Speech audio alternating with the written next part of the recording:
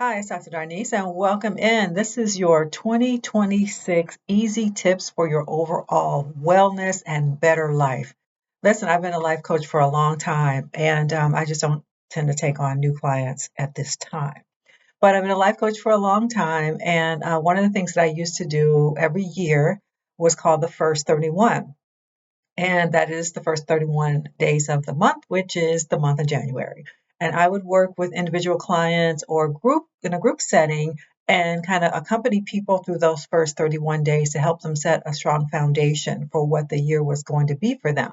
Everybody came with their own, where they are. And it's just like, okay, for 31 days, we're going to set our own foundation and position ourselves for success.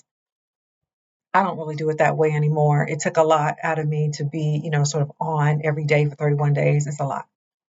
If you follow me on Facebook, you'll find some of those because some of those postings still come up in my memories and I'll post it. Oh, day 1, day 2, day 10, whatever.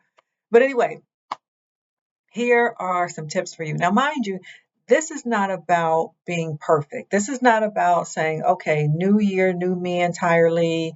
I'm completely throwing out who I was and going to do 100 things and I'm going to do all these things by the end of the year. No, because from experience, I'm going to tell you by March, you'll be done with everything. So let's not do that. The point here is I'm going to go through some tips, but I want you to just kind of pick the things that you resonate with and you go, you know what? It would be kind of easy for me to do that. Let me just do that. I can do that. I can do that. So as you listen, think about the things that you can really do. Okay, so I'm going to have three different categories at least. One, diet, right? Diet and your eating habits. Okay, water first. Drink water first. When you get up in the morning, the first thing you take in is water. Our bodies get extremely dehydrated during the night. While you're sleeping, you wake up thirsty, really. And, some people reach for juice, some people reach for coffee or tea right away. The thing your body needs first is water. So if you can drink, 2 glasses of water before anything else, you'd be great. And if you can put some lemon in it and room temperature, even better. Okay, water first. So then reduce sugar. We all know sugar is the devil. We all know it's very addictive, and most of us are strung out on sugar because it's in everything. It's in almost everything, right? So be mindful about how you can reduce your sugar. So one of the things I do is I make my choice in terms of how much sugar I'm going. If it's double digit sugar, I don't want it. If it's like, okay, 10 grams, okay, maybe I'm looking at you side eye. If it's like fruit juice, which is 25 to 30 grams of sugar, then I'm cutting that in half with water, right? And my glass is going to be half water and half juice, right? You got to start looking at the labels and seeing how much sugar is in everything, right? And so if you're like, well, I really have a sweet tooth, understand, I love chocolate, but that means I really am mindful about how much I get in the course of one day, right? So if I know I'm going to have some chocolate, and I prefer dark chocolate because it's healthier for you, right? You travel outside the US, you find like most people, they do dark chocolate. Milk chocolate is kind of junk chocolate. But in America, we've gotten used to milk chocolate. So if you can't make the switch to dark chocolate, if you can make it, make the switch to dark chocolate.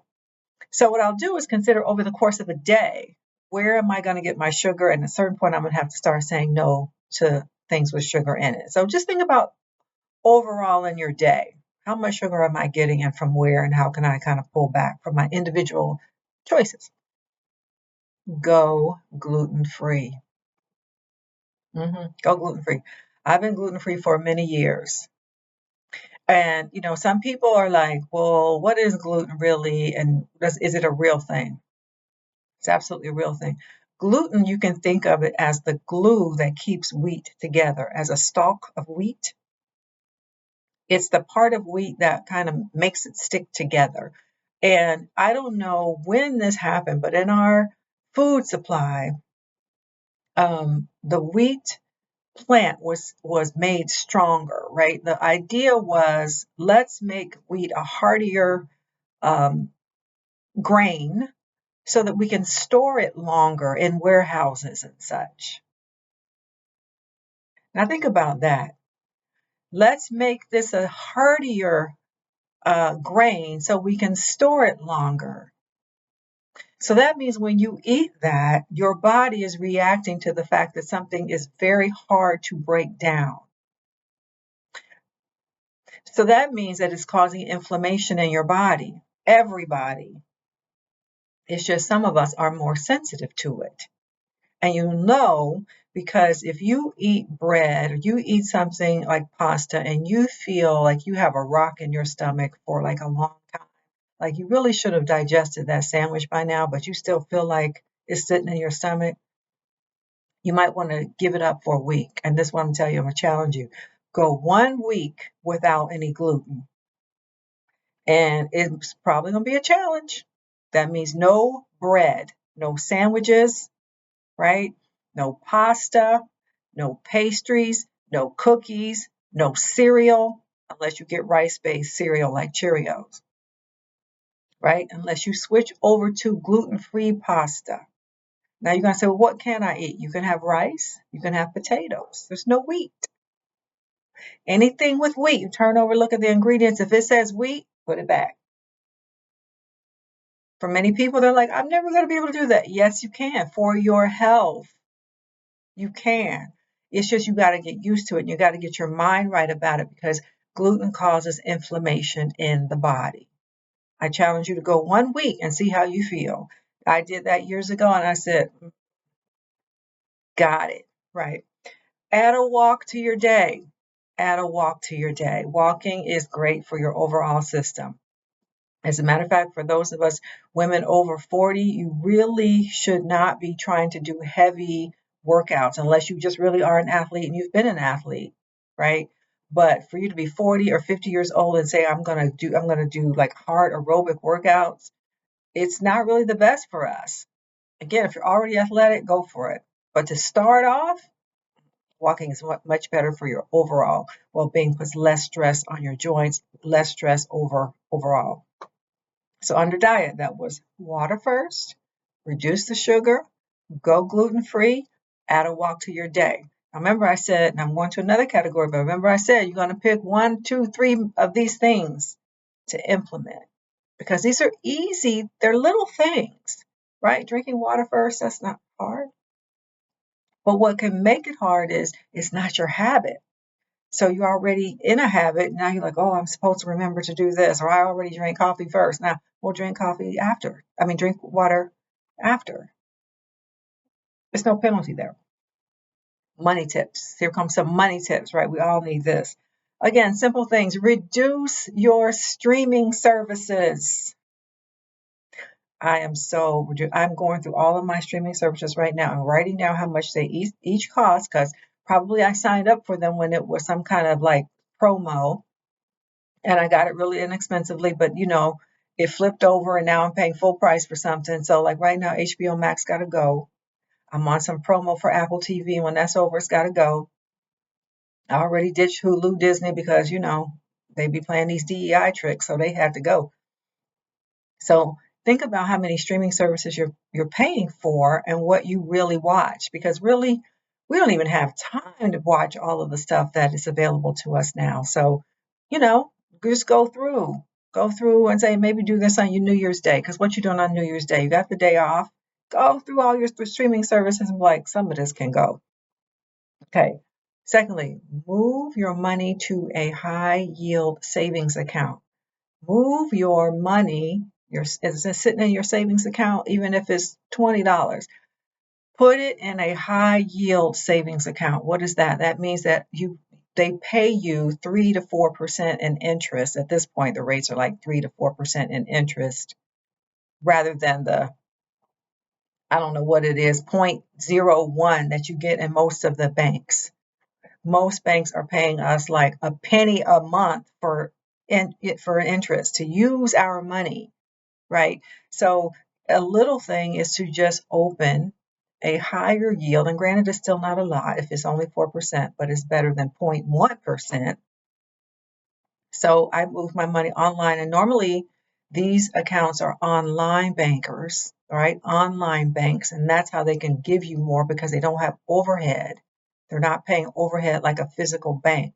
So they can give you a higher yield on your interest. So whatever you have in savings, move it. I'm with Marcus, Marcus. I think it's a Goldman Sachs, but just Google high yield savings account. You'll get a bunch of them. And what else? Oh, pay more than minimum on those credit cards.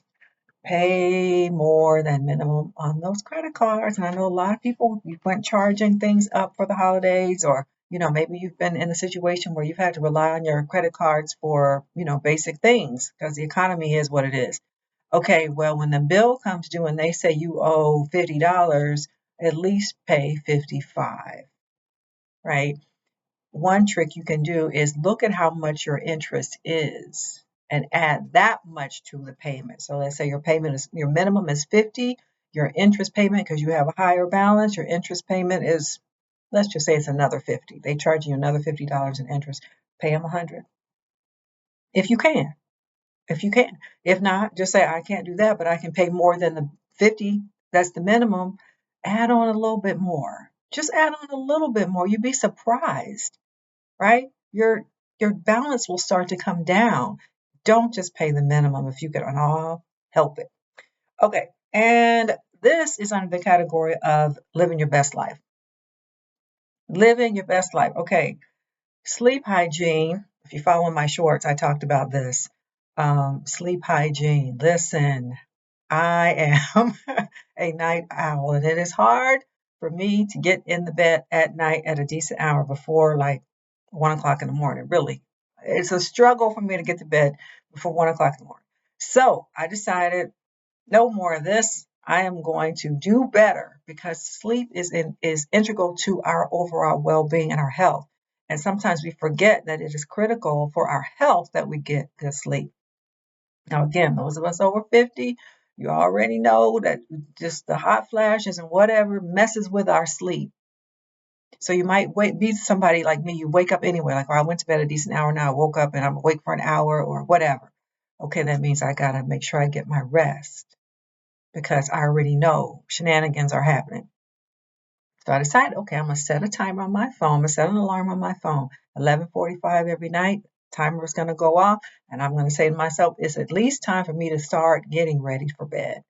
I'm going to start getting ready for bed, right? What does that mean? I start tinkering around when it comes time for go to bed. Anybody? You start tinkering around like, oh, is there any dishes left in the sink? Oh, let me see. Oh, let me fold up these towels from the laundry. Oh, I got to wash my face and brush my teeth. Oh, I got to do all this stuff. Oh, let me make a list for tomorrow. Girl, it's 11:45. We're pulling it down. We're pulling it down, putting it into slow gear, right? No devices, slowing it down, going to bed. Okay, so that by 12:30 latest, I should be in the bed. In the bed, 12:30. And something else that I do. Now, I said no devices. However, I do go to sleep listening to like healing tone music, right? Some like, whatever the healing tone, I think it's 423 hertz music. I do go to sleep listening to that, or sleep stories. And if you're interested in that kind of thing, just on YouTube, just search for sleep stories. And so, because it stops my mind from racing. So it's really helpful for me to have something else going on where my mind is not racing about what I didn't get done today or, what I need to do tomorrow.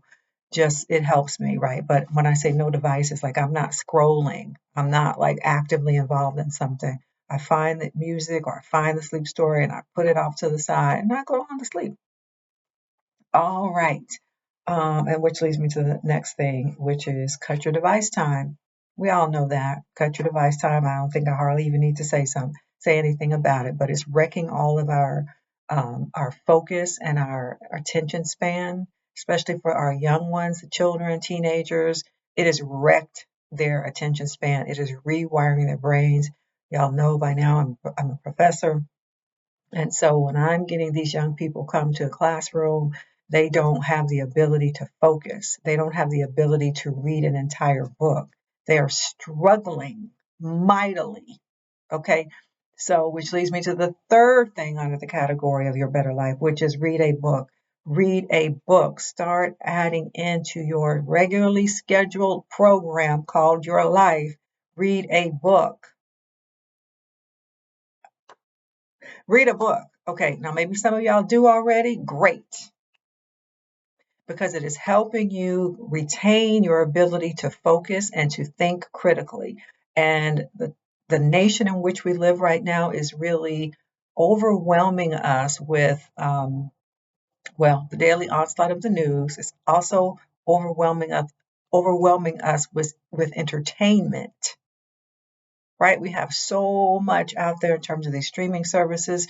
This is not a coincidence. We are bombarded with entertainment. We're bombarded with news reports that assault our whole nervous systems. Unplug from that. Go read a book. Let your kids or your grandkids see you reading a book. Read to them. Read with them. I can't tell you how important it is to read. Our society is becoming illiterate. I'm not exaggerating even a little bit. Young people are coming to college where they are paying money, a lot of money for their education, but they're struggling to read. So how are you going to get your education? How are you going to do the assignments that I give you when you cannot read and your mental comprehension is so low? You know that's not a coincidence in this society. Those who cannot read well going forward, there is nothing for them other than menial service jobs, menial factory jobs where they're not going to be paid a lot. It is the creation of a almost slave underclass, a serf underclass, because they will not have the skills to be in management, to ascend into any kind of, C-suite, CEO level. No, they'll be out of the game for that. The people who are wealthy, guess where they send their kids to school? Private schools where they are still reading and they are studying classical languages like Latin and Greek. And you're going to say, well, my kids don't need to learn that. It's not about actually speaking Latin and Greek. It's the way it helps you think. That's have to be a whole other separate video. Read a book. And if I have to say, okay, what are my top things out of all the things that I just gave you right here? Drink water, read a book, take a walk.